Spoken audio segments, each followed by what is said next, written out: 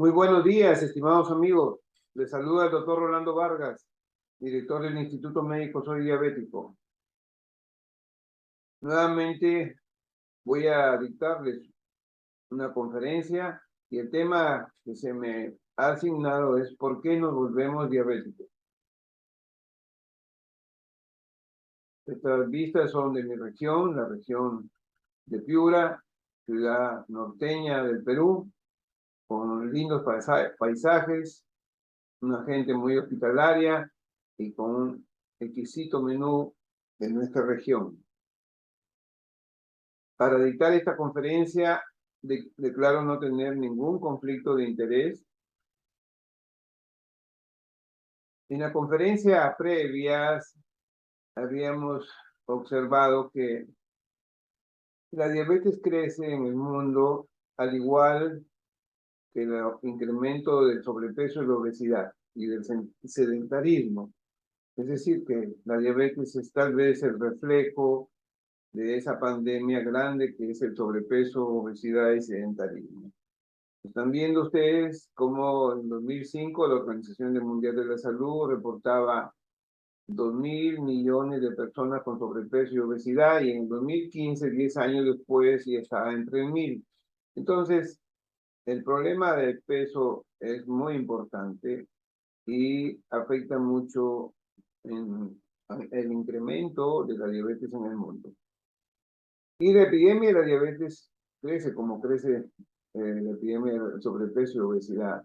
Ya en el año 1995 se reportaban 135 millones, en el 2013 371, en el 2015 pasamos a 415 millones y en el 2021 ya 537 millones. Y esta proyección sigue así, una década tal vez vamos a estar bordeando los 1.000 millones de personas afectadas con diabetes. Actualmente se dice que 1 de cada 10 adultos tiene diabetes y de ellos, alrededor de la mitad no saben que son diabéticos, no están diagnosticados. Y la mayoría de estas personas sufren de lo que llamamos la diabetes tipo 2, más del 90%. ¿Por qué una persona evoluciona desde un estado de normoglicemia a un estado de hiperglicemia ya con características y niveles de diabetes?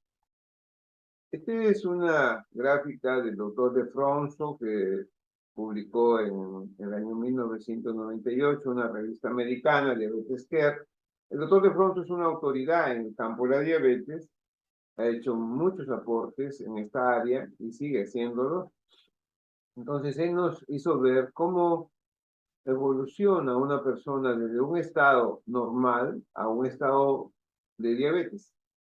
Están viendo que normalmente de un estado normal comienza a pasar a un estado que llamamos en medicina de resistencia a la insulina, es decir, ya la insulina ya no actúa bien. Y esto generalmente se debe a que las personas comienzan a incrementar de peso.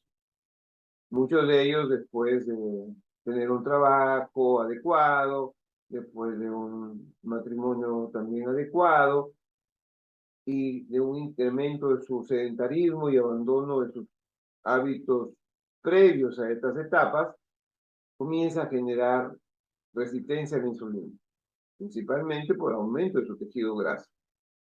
¿Y qué hace el organismo para tratar de compensar esto? Comienza a producir más insulina. Como ven en la fase de compensación, el cuerpo comienza a producir más insulina. Pero llega un momento en que se agota y a la mayor producción de insulina comienza a decaer. Y cuando comienza a decaer, comienza a subir la glucosa y la persona ya cae en niveles de diabetes y es diagnosticado de diabetes porque le encuentran la glucosa elevada y muchas veces con signos y síntomas de esta glucosa elevada. Desde ese estado normal hacia ese estado de diabetes, más o menos transcurren 10 años o un poco más. Es decir, no sucede de un día para otro, se va generando en el tiempo. El estado de resistencia demora porque el organismo tiene capacidad de compensar. Comienza a producir más insulina, hasta que llega un momento que se agota. Y todo esto, en un gran número de casos, generado por el incremento de peso, ¿no? La resistencia a la insulina se genera por el aumento del peso. Las personas adultas comienzan, muchas de ellas, a subir de peso, sobre todo estas personas que acumulan el tejido adiposo, principalmente a nivel de tórax y abdomen, sobre todo a nivel abdominal, es lo que llamamos la obesidad abdominal u obesidad androide. Y también las personas ya disminuyen su actividad física, se vuelven más sedentarias. Entonces, estos factores influyen mucho en la generación de la resistencia a la insulina. Y como habíamos dicho, el páncreas comienza a producir más insulina. Las células que producen insulina se llaman células beta y viven en una zona que se llama islotes pancreáticos de Langerhans. Entonces, esos islotes comienzan a crecer porque las células comienzan a producir más insulina. Pero llega un momento en que se agotan y ya no pueden producir más y comienzan a deteriorarse, comienzan a morir muchas de esas células y la masa de estas células, la cantidad de estas células comienza a disminuir. Con ello, lógicamente, disminuye la producción de insulina y ya esa cantidad de insulina no alcanza para controlar la glucosa y la persona cae en niveles de diabetes. ¿Y cuándo sucede eso? Generalmente cuando ya la producción de insulina ha disminuido el 50%. Cuando ya está en el 50%, generalmente ya lo diagnosticamos. Y eso sigue avanzando en muchos casos. Por eso es que muchos después de 10, 15 años van a usar insulina porque su producción disminuye demasiado. Y esto se debe a que existe o se genera una apoptosis. La apoptosis es una muerte celular programada. Tenemos probablemente genes que se activan para programar esta muerte. Comienzan a morir las células que producen insulina, que se llaman células beta. Y esto probablemente tenga alguna base genética, porque no todos los que se suben de peso van a tener este problema. Entonces, la apoptosis, que es, como hemos mencionado, la muerte celular, es la que va generando que la persona produzca cada día menos insulina, hasta que llega el momento que ya la cantidad que produce es muy insuficiente para mantener su ritmo de vida. Después que se le diagnostica de diabetes, si regula su cantidad de comida, probablemente con eso que le queda de producción de insulina puede manejar bien su glucosa por mucho tiempo. Entonces, la edad ya no es la principal determinante para volverse diabético. Antes decíamos más de 40, después bajó a 30, pero actualmente ya la diabetes tipo 2 se diagnostica a cualquier edad porque el incremento de la obesidad infantil es muy grande en el mundo. Entonces, lo que sí influye mucho es dónde se concentra el tejido graso. Ese incremento de tejido graso en el abdomen, lo que llamamos la obesidad, abdominal o androide, esa es la que pone en riesgo a la persona de volverse diabética. Entonces, aquellas personas que tienen herencia, porque su papá, su mamá, sus hermanos, sus abuelos, sus hijos tienen diabetes tipo 2, deben de cuidarse. Deben de cuidarse porque tienen alto riesgo de volverse diabéticos. Estas personas deben controlar la cantidad de alimentos diarios, no comer en exceso, comer como nosotros decimos para vivir, no para sufrir. Y si esta persona evita el sobrepeso y la obesidad, probablemente va a poder evitar la diabetes. De lo contrario, va caminando hacia la diabetes. ¿Por qué nos volvemos diabéticos? Habíamos dicho que por el exceso de peso y también por el sedentarismo. Actualmente la tecnología nos vuelve muy sedentarios y eso no ha ayudado mucho en el campo de la salud, más bien nos ha perjudicado en muchas áreas, sobre todo en el área de la diabetes. Y lo otro, porque muchas personas que saben que tienen riesgo de volverse diabéticas por sus padres, hermanos, hijos, abuelos, no hacen la consulta de prevención. No hay una cultura grande de prevención Esperamos a que algo pase, sentirnos mal para recién consultar al médico. Otros factores que influyen en el desarrollo de la diabetes en las personas adultas son el consumo de tabaco. El consumo de tabaco también genera resistencia a la insulina. Malos hábitos de vida también se consideran beber en exceso, y eso se ve con frecuencia en la población adulta.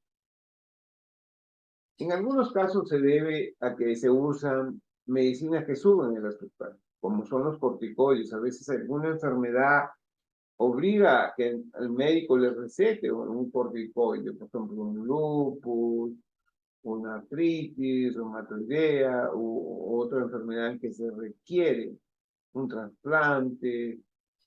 A veces en esas situaciones se requiere el uso de glucocorticoides y hay que usarlo.